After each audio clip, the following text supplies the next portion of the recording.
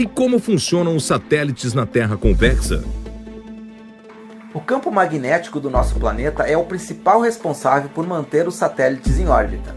Resumidamente, existem dois tipos de satélites: os geoestacionários e os orbitais. Os geoestacionários se encontram aparentemente fixos em uma posição sobre a superfície do planeta. Digo aparentemente, pois sua órbita tem que ser corrigida periodicamente. Já os satélites orbitais se encontram em órbita sobre a superfície do planeta. Possuem rotas e altitudes diversas, de acordo com a aplicação de cada um.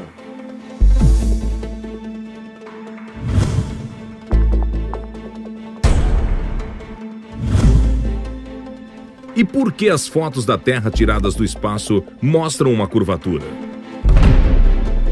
Lançamos diversas sondas atmosféricas e percebemos que as imagens registradas nas altas camadas da atmosfera começam a apresentar uma certa curvatura após determinada altura. Isso ocorre nas altas camadas da atmosfera, acima da estratosfera, ou seja, numa janela de avião você não irá observar essa curvatura. Constatamos que este efeito não ocorre em função da suposta curvatura do planeta, mas sim devido a dois fatores. O primeiro, em função da grande lente plano-convexa da nossa atmosfera. O segundo, em função da teoria da curvatura da luz proposta por Albert Einstein e comprovada experimentalmente em 1919. Segundo a teoria de Albert Einstein, a massa de um grande objeto pode criar uma curvatura no espaço-tempo ao seu redor, capaz de curvar a trajetória de um feixe de luz em suas proximidades. Esse fenômeno se denominou de lentes gravitacionais.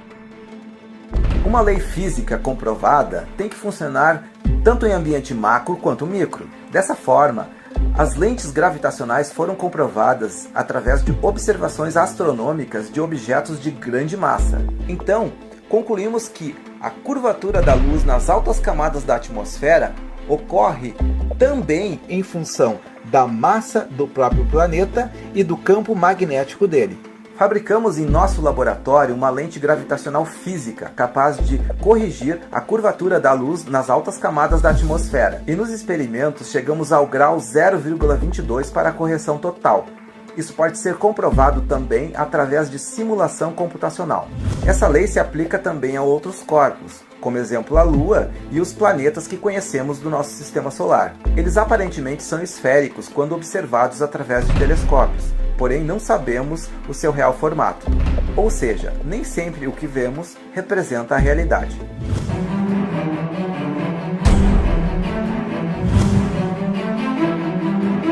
Para facilitar o entendimento e compreensão do novo modelo do planeta, os pesquisadores construíram maquetes em escala dos modelos esférico e convexo.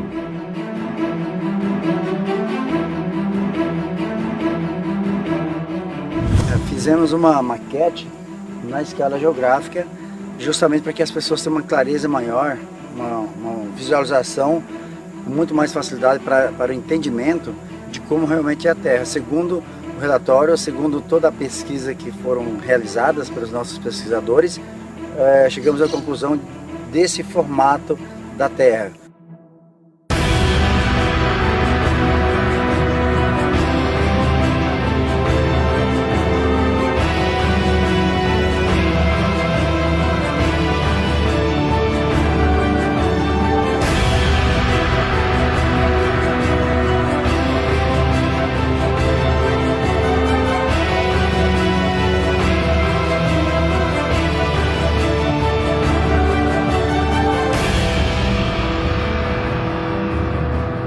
Estamos condicionados desde crianças a aceitar que o nosso planeta tem este formato redondo. Mas se eu disser que não existe uma imagem sequer real de nosso planeta por inteiro? Até hoje, nenhuma das agências espaciais desses órgãos conseguiram registrar uma imagem por inteiro de nosso planeta. Com toda a tecnologia e avanço da ciência, essa imagem ainda não existe. Então, como é que são feitas todas essas belas fotografias que nós vemos na internet, em pôsteres, em filmes? É muito simples. São tiradas imagens locais, passadas para um programa de computador, então elas são manipuladas, forjadas para o formato que nós conhecemos hoje. Essa imagem bela dessa fotografia do planeta azul que nós conhecemos não passa de uma propaganda, assim como tantas outras que nós vemos diariamente. De acordo com as pesquisas feitas, os cálculos e as medidas retiradas do nosso planeta, este não é o seu real formato. O real formato de nosso mundo é este. Ele é convexo em seus continentes e nivelado nas águas. Eu fui contratado para construir o modelo do globo e da Terra convexa. Nunca pensei que a Terra tivesse um outro formato. Eu sempre acreditei que a Terra fosse um globo, uma esfera toda redondinha, toda certinha, perfeita, né? Após o término da construção, eu vejo a importância de que não tem como você viver num planeta sem nível e sem prumo. Só posso concluir que o nosso planeta é convexo. Da mesma forma que a imagem de nosso planeta é manipulada, o tamanho e os formatos dos continentes também passam por esse mesmo tipo de problema. Eles são muito diferentes do que nós temos costume de ver nos mapas mundi. Países como o Brasil ou como a Rússia, eles ganham extensões de terras muito maiores do que são informadas, o que explicaria tantos erros de cálculo nas demarcações de terra. Agora, como que nós chegamos a esta conclusão? É muito simples. Se nós levarmos em conta todos os dados numéricos, todas as medidas, as distâncias dos trópicos, dos meridianos, as costas, as extensões de terras e aplicarmos isso no papel, levando todos esses detalhes em consideração, todos esses continentes sofrem grandes distorções, sem exceção. Nenhum deles fica fora disso. Alguns, como falei, Brasil e Rússia, sofrem um aumento de terra e outros, como Estados Unidos, sofrem uma diminuição.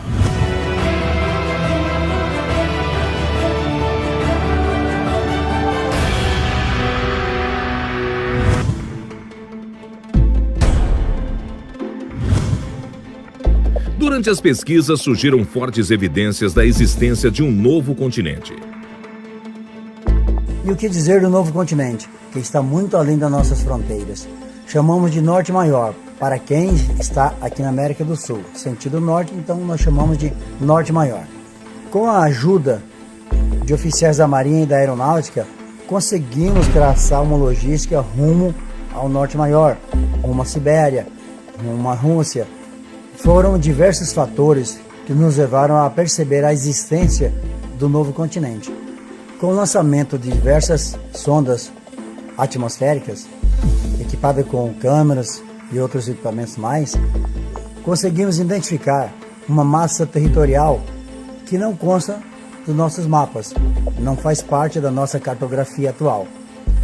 E analisando as imagens, principalmente das sondas, percebemos que faz parte de um novo continente, após uma imensa camada de gelo. Após vermos essas imagens, direcionamos nossas expedições até os limites onde um ser humano, ou segundo a autonomia de um navio, era possível chegar. E coletamos muitas evidências de poeiras no gelo, pólens e outras evidências mais que realmente nos levaram a ter certeza da evidência desse novo continente. Então, não há dúvidas de que realmente existe um novo continente, novas terras, além da grande massa de gelo que nos impede de ultrapassar. A pesquisa continua, não botamos pés nesse local ainda, tivemos apenas observações à distância, mas pretendemos chegar nesse local o mais rápido possível.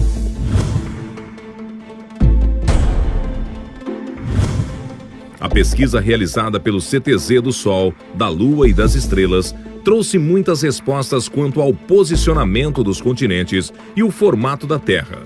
Em contrapartida, surgiram muitos questionamentos. Definir o real formato da Terra não foi tarefa fácil, mas durante as pesquisas percebemos que o mais difícil estava por vir. Percebemos que o Sol promove muitas anomalias, sua trajetória, o nascer e o pôr do Sol. Instalamos equipamentos em diversos países, em diversas partes do planeta, e todos esses equipamentos equipamentos registraram situações diversas, anomalias que nos fez pensar, repensar sobre a trajetória, sobre o que nós aprendemos sobre o Sol. Seu tamanho, a distância dele para a Terra, não condiz com aquilo que aprendemos. Não condiz com a realidade dos fatos. É uma trajetória anômala, totalmente diferente, dá a entender fortes evidências de que o Sol não é uma estrela da forma como aprendemos. Parece que está muito mais próxima da Terra do que pensamos. Além do mais, a sua trajetória é totalmente diferente. Em diversos pontos, em continentes diversos, a trajetória não condiz com a realidade, principalmente na Austrália e nas Ilhas Canárias. Por exemplo, na Austrália, ele nasce e se põe quase no mesmo lugar. Na Antártida, é totalmente diferente. Alguns meses do ano ele fica em um ponto fixo, praticamente sem se movimentar para nenhum dos lados. Com a observação de todas essas anomalias ao redor do mundo, percebemos que há possibilidade do sistema solar ser totalmente diferente do que aprendemos. Ele pode nem existir. Durante essas observações sobre o Sol, percebemos que a Lua também tem um comportamento diferente. A trajetória dela é muito parecida com a do Sol. E seu tamanho também é totalmente atípico. A impressão que temos da Lua é que seu tamanho varia muito, ou a sua distância em relação à Terra varia bastante durante sua trajetória de 28 dias. Tem dia que está mais próximo, outro mais distante. É como se a elíptica dela estivesse totalmente dentro de um sistema diferente do espaço lá fora. É como se fosse uma outra realidade. Em função das diversas anomalias observadas no Sol, na Lua, nas estrelas, constatamos que a Terra não gira. Ela não tem um movimento giratório. Podemos considerar um suave bambolê ou uma suave inclinação, mas a Terra, com certeza, não gira. Está imóvel. O mistério envolvendo o Sol é tão complexo que vamos continuar os estudos, vamos continuar pesquisando, porque é de interesse nosso desvendar o mistério que envolve a nossa estrela.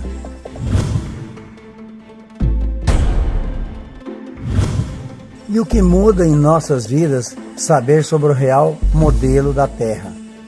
Muda tudo, principalmente no sistema acadêmico. As escolas terão que refazer toda a sua programação, todo o seu currículo escolar, a geografia, a astronomia, a matemática, a física, tudo muda.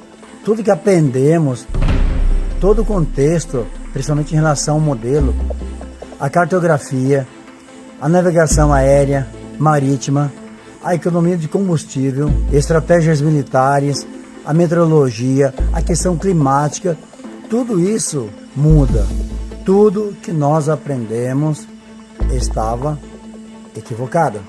Agora, essa nova realidade nos traz, à luz do conhecimento, uma nova visão do nosso mundo, uma nova percepção de tudo aquilo que aprendemos, a transformação em nossa vida, em nossa questão cultural, a percepção do mundo, do conhecimento, todos os pilares da sabedoria.